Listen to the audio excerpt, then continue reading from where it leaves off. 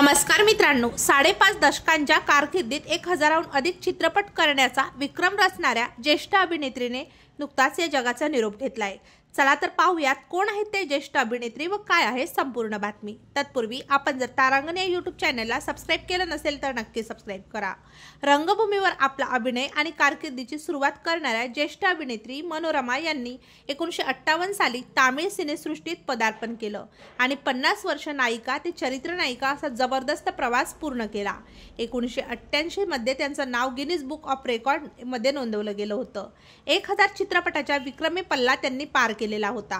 हे करत असताना त्या नाटकांमधूनही काम करत राहिल्या।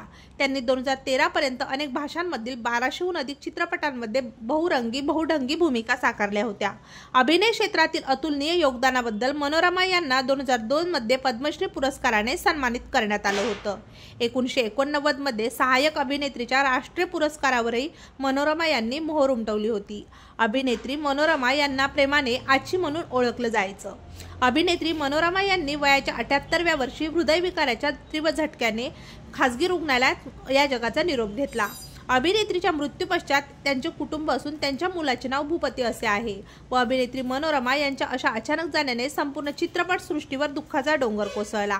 तेव्हा मित्रांनो, आपल्या तारांगण या YouTube चॅनलतर्फे ज्येष्ठ अभिनेत्री मनोरमा यांना भावपूर्ण श्रद्धांजली।